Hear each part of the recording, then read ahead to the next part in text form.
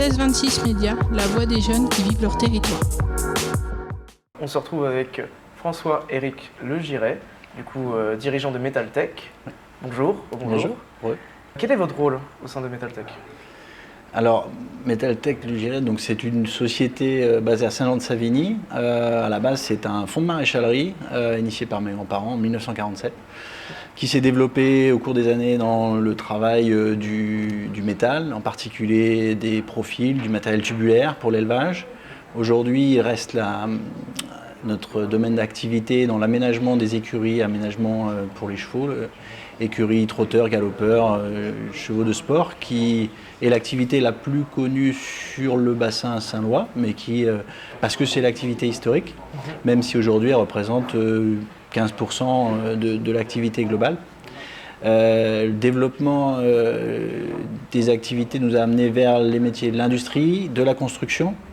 Aujourd'hui, nous sommes une quarantaine. Nous travaillons dès la conception des produits, qui sont des assemblages de tôleries, pièces usinées et intégration, donc câblage électronique, hydraulique, pneumatique, pour faire de la machine spéciale.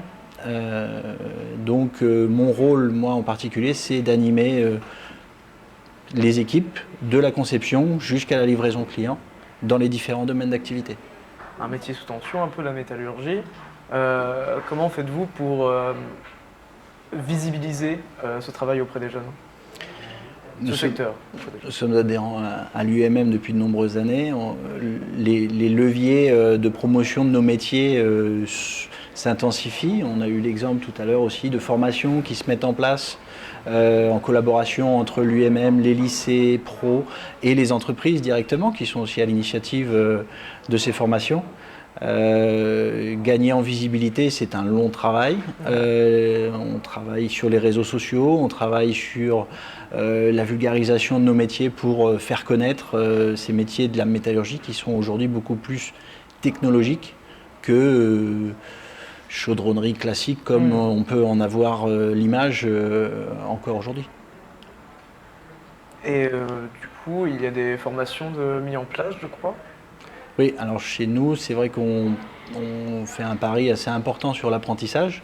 Donc on a dans tous les services des apprentis pour pouvoir les former sur 1, 2, 3 ans, voire plus s'ils passent des diplômes supplémentaires à la suite de l'obtention d'un bac par exemple. Donc on a des apprentis sur tous les métiers, en chaudronnerie bien sûr, en soudure, en technicien de maintenance, en technicien de bureau d'études, des apprentis ingénieurs aussi sur la conception de produits et sur les services administratifs aussi. Donc ce travail est fait sur tous les services pour pouvoir se projeter demain.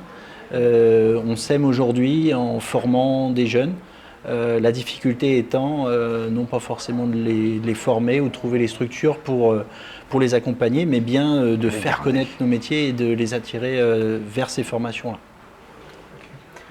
Et qu'est-ce que vous diriez à un jeune qui voudrait s'y lancer ?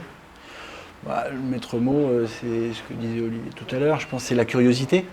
Il ne faut pas avoir peur de savoir ce qui s'y fait. De loin, c'est des grands bâtiments avec des murs, on ne sait pas ce qui s'y passe. Venez voir, il y a des journées portes ouvertes.